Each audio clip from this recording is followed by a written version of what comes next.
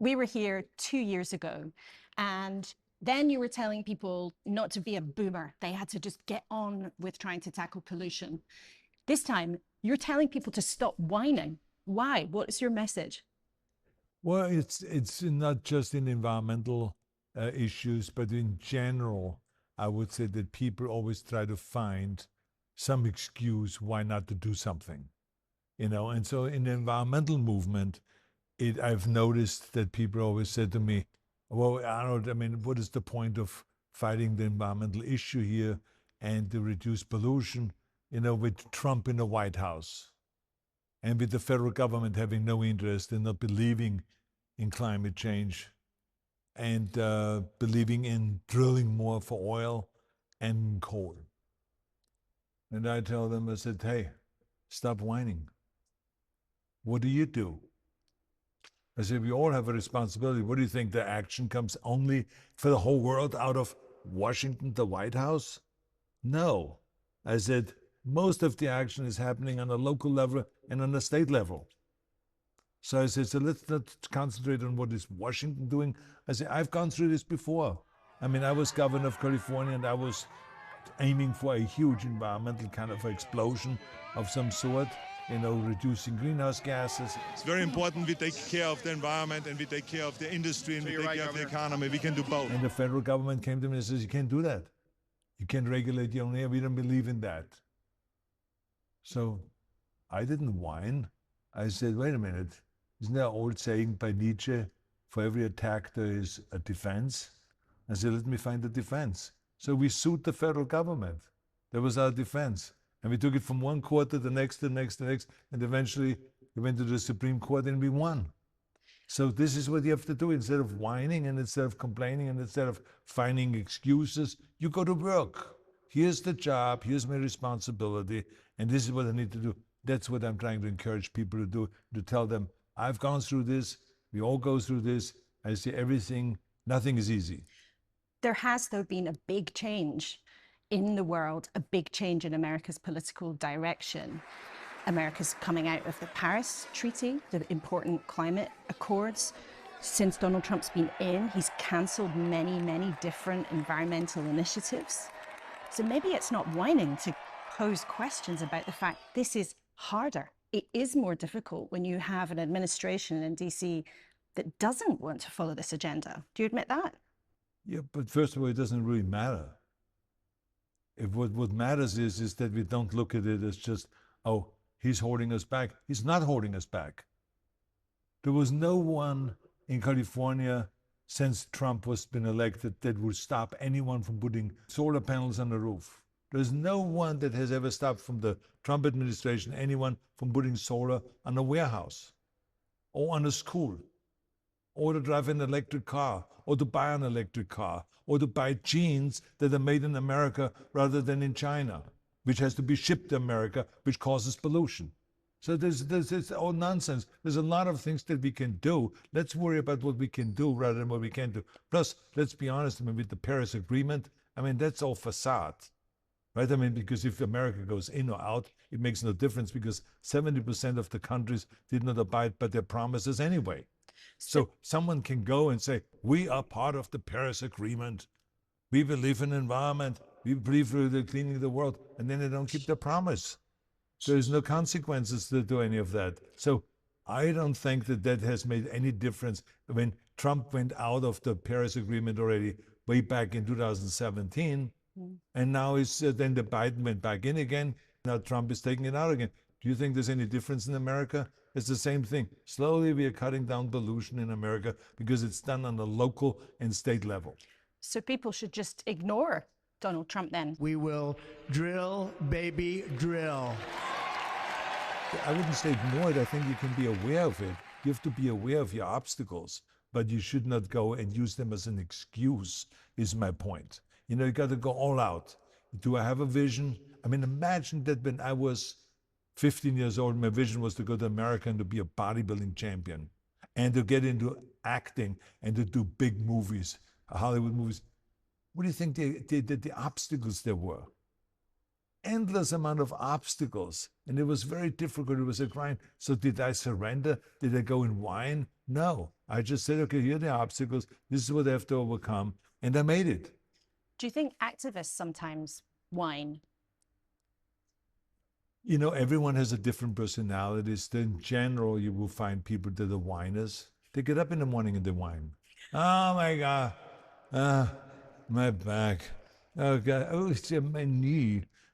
Darling, can you give me the ice? I mean, my knee. I mean, they whine from here to eternity rather than just shut up and just get to work. You know, I think the most important thing is that we all work and we have a goal in mind and we shoot for that goal. It's interesting listening to you, though.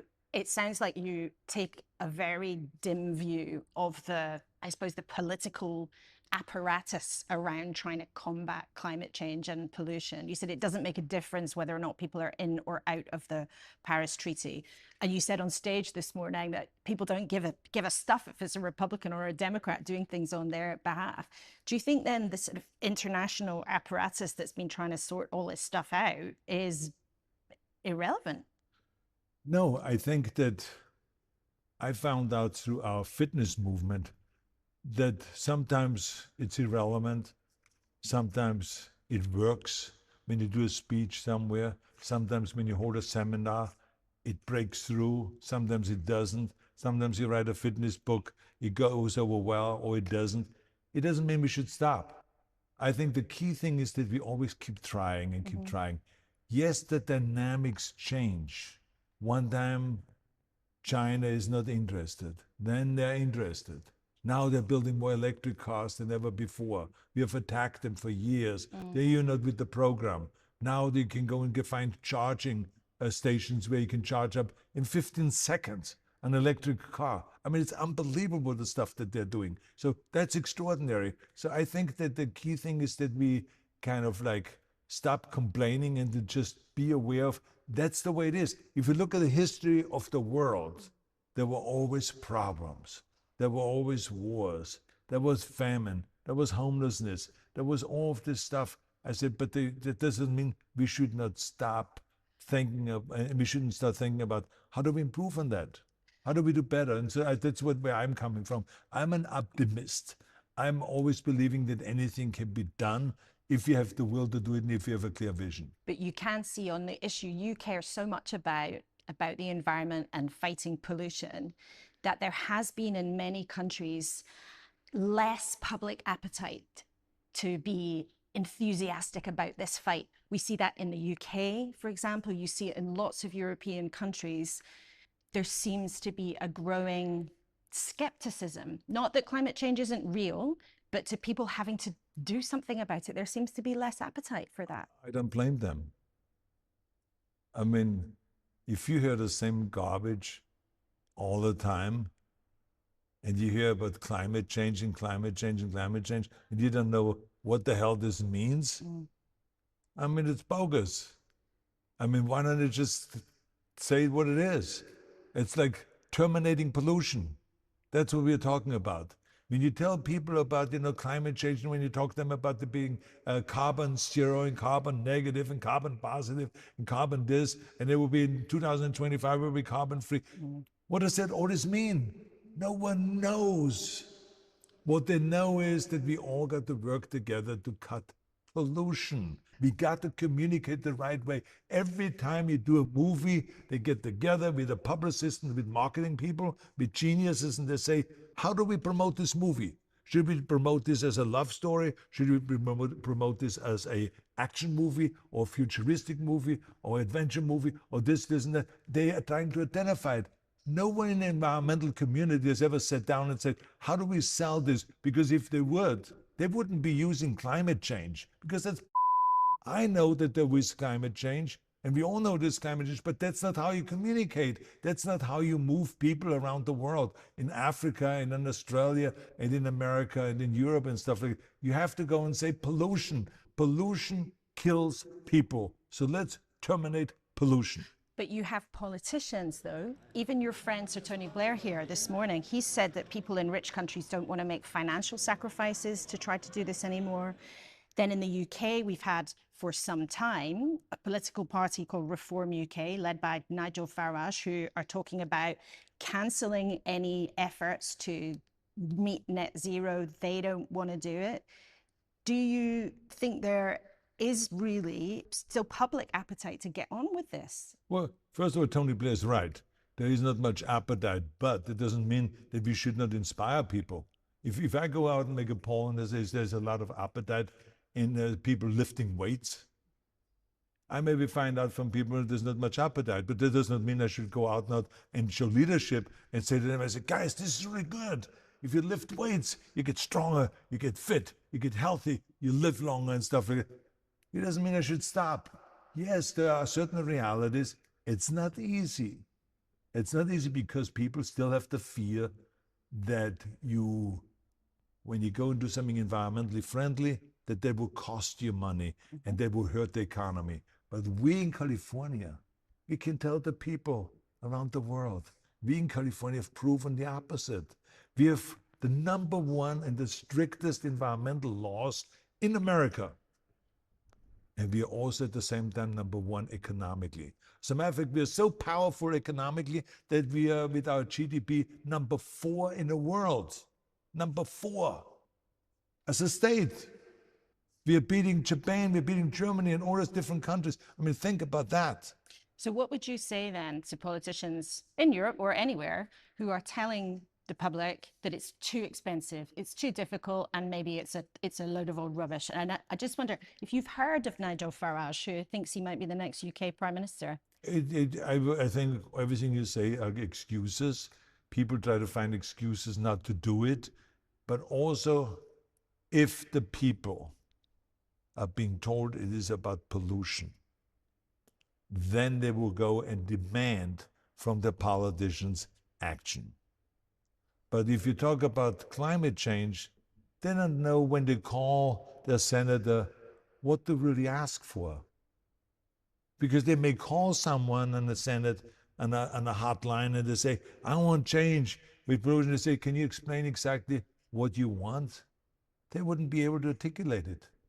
But if you say, let's terminate pollution, that's where it is. So because we went through it, we have shown ads in California on television that talked about sea levels rising, they talked about the polar bears, they talked about the ice melting and all this stuff. Nothing moved. But as soon as we showed a TV spot of a child being on an inhaler,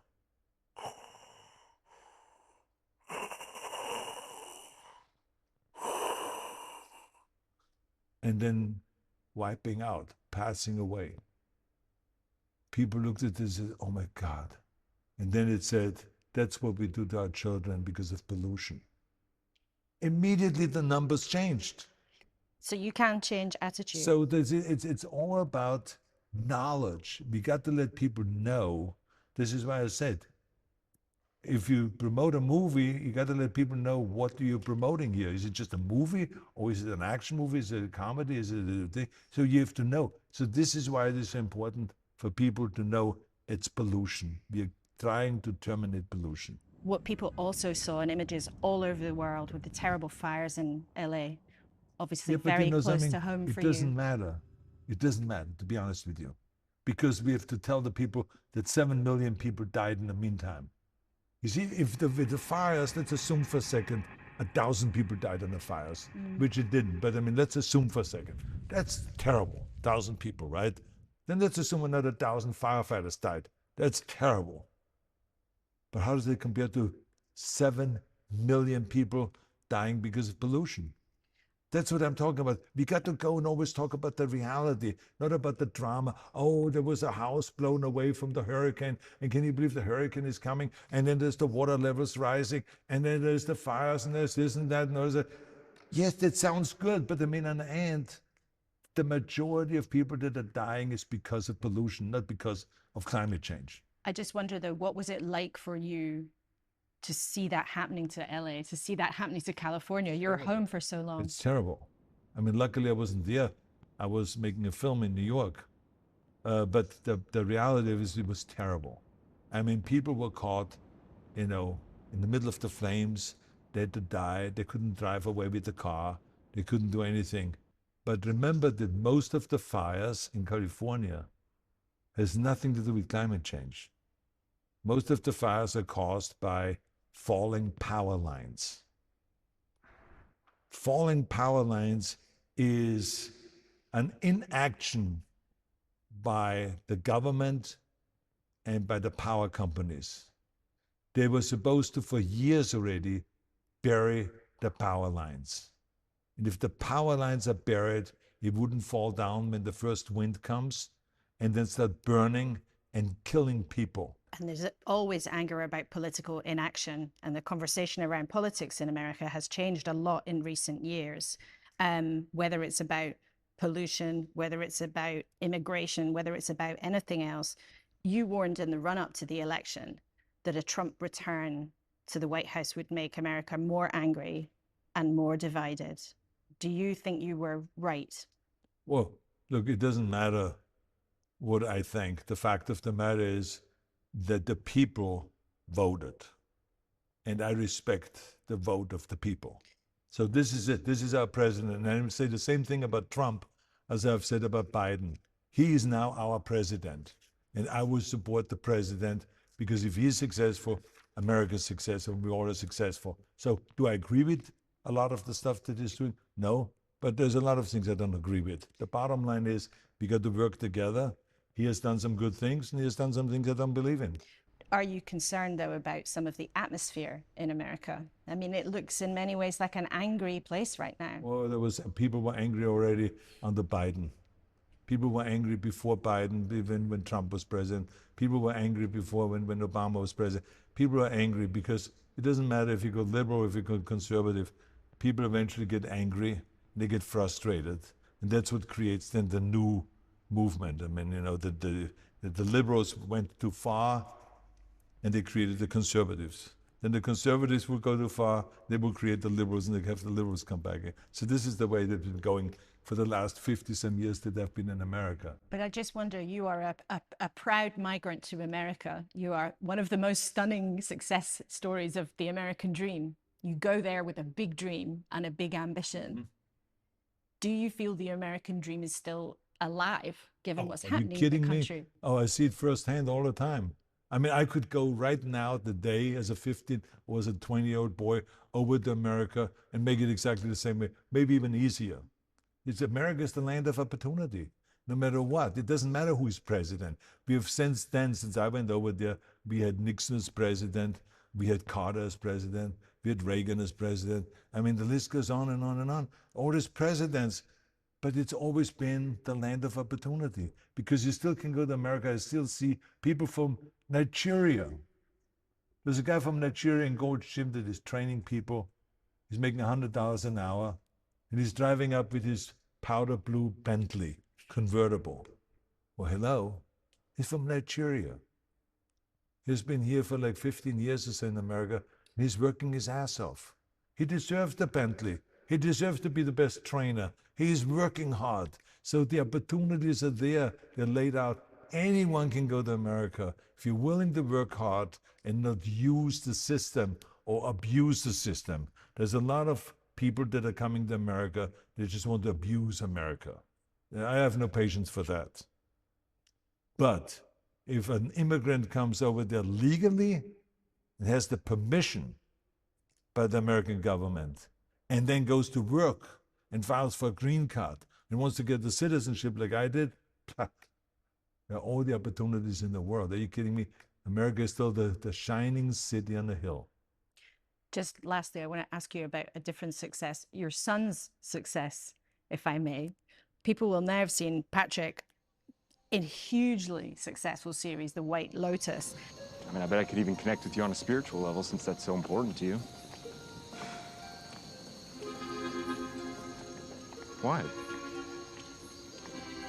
No, try me. No, teach me your ways. Is he anything like the character? And what's it like for you seeing him have that success? Well, it was, as I said to Patrick, it was really so amazing to watch his performance because I almost didn't recognize him. Really? So, I mean, there's certain kind of things that he does that I'm aware of because, he's my son. And I always see it facially, when he gets nervous, there's certain things and certain habits, certain looks and stuff. But then there were so many things that I've never seen before.